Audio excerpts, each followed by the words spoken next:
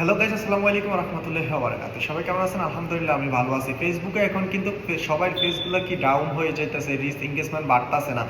সবাই অনেক প্রবলেমে আছে। অনেকে আবার এরকম রিচ এঙ্গেজমেন্ট ডাউন হয়ে দেখি অনেকে ভেঙে পড়ছে, ফেসবুকে কাজ করতেছে না, ফেসবুকে কাজ করা বন্ধ করে দিতেছে।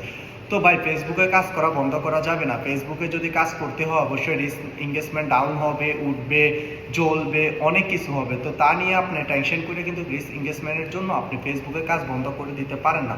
আপনাকে আমি একটা সলিউশন দিতে পারি। ফেসবুকে এমন একটা আপডেট, এক মাস আপনার ভিডিও আপলোড হলে এক মাসে আপনার ভিডিও ভাইরাল থাকলে আরেক মাসে আরেকজনের ভিডিও ভাইরাল থাকে, এভাবে ফেসবুকের আপডেটগুলো চলে।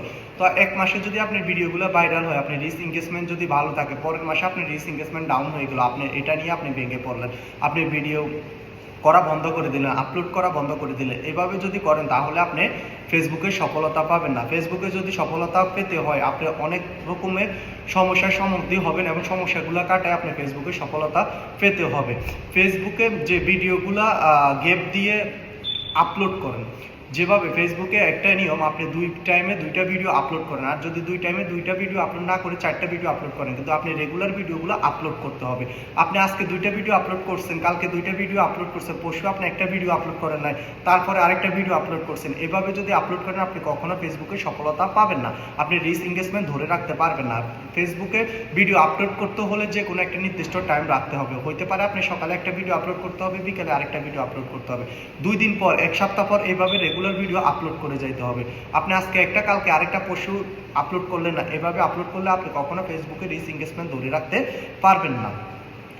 দ্বিতীয় নাম্বার অপশন হয়েছে আইডি পেজে ভিডিও ডিলিট করে দেওয়া। অনেকের পেজের ভিতরে একটা ভিডিও আপলোড করছেন, আপনি অন্য একটা কপি ভিডিও আইনে আপলোড করছেন, তখন ভিডিওটার ভিতরে আপনি একটা কপি আসলো, তখন ভিডিওটা আপনি সাথে সাথে ডিলিট করে দিলেন, তখন কিন্তু আপনার পেজটা রিচ এঙ্গেজমেন্ট ডাউন হয়ে যাবে। তখন আপনার করণীয় হয়েছে আপনি রেগুলার 2 থেকে 3টা ভিডিও এক সপ্তাহ রেগুলার আপলোড করে যেতে হবে। যদি আপলোড করে যান তাহলে আপনার পেজটা রিচ এঙ্গেজমেন্ট আবার আগের মতো হয়ে যাবে। তারপরে হয়েছে তৃতীয় নাম্বার যেটা সেটআপ, তৃতীয় নাম্বার ধাপ হয়েছে কপিরাইট স্ট্রিক। কপিরাইট স্ট্রিক কিন্তু দুই ধরনের হয়ে থাকে। একটা হচ্ছে আপনি অন্যের ভিডিও যদি কপি করে আনেন, আর আরেকটা হচ্ছে আপনি ফেসবুকের লাইট গাইন অনুগুলো যদি অনুসরণ না করে যদি লাইট গাইনের বাইরে চলে যান তাহলে কপিরাইট স্ট্রিক আসে। আর কপিরাইট স্ট্রিক যদি 1 থেকে 2 থেকে 3 বার যদি আসে তাহলে আপনাকে ফেসবুক থেকে সাসপেন্ড করে দেব। আর আপনি যদি কপিরাইট স্ট্রিক ভিডিওগুলো যদি আপলোড করে ভাইরাল হয়ে যান তাহলে কয়দিন পর যদি আবার ডিলিট করে দেন তাহলে আপনার পেজটা আবার ডাউন হয়ে যাবে।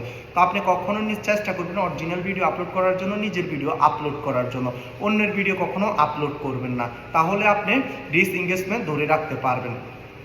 আর 4 নাম্বার ধাপ হয়েছে এটাই ক্যাটাগরি।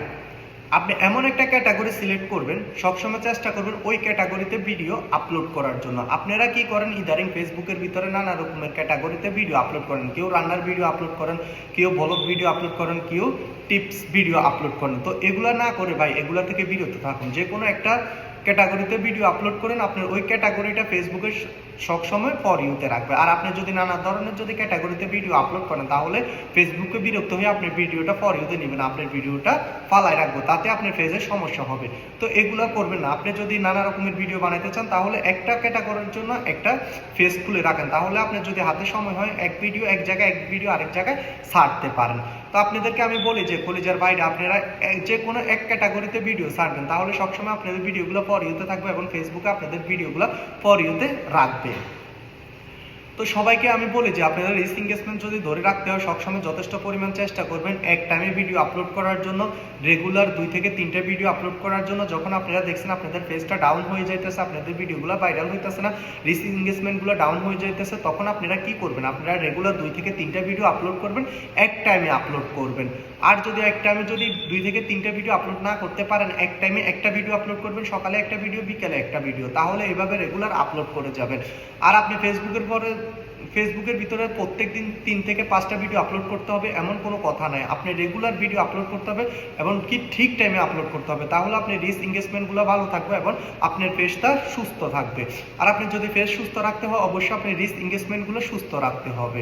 তো সবাইকে আজকে ভিডিও এই পর্যন্ত, সবাই ভালো থাকবেন, সুস্থ থাকবেন। আর যদি ভিডিওটা ভালো লেগে থাকে অবশ্যই পেজটা ফলো দিয়ে রাখবেন, নেক্সট যাতে ভিডিওর ভিতরে আপনারা নেক্সট ভালো ভালো ভিডিও পান এবং যে ভিডিও আপনাদের পছন্দ হবে অবশ্যই কমেন্ট করে যাবেন, আপনাদের সমস্যাগুলো বলে যাবেন, তাহলে ওই অনুযায়ী আমি আপনাদেরকে ভিডিও দিব ইনশাল্লাহ। তো সবাই ভালো থাকেন, সুস্থ থাকেন, সবার জন্য শুভ দোয়া কামনা করি। ইনশাল্লাহ সবাই ভালো থাকেন। আল্লাহ হাফেজ।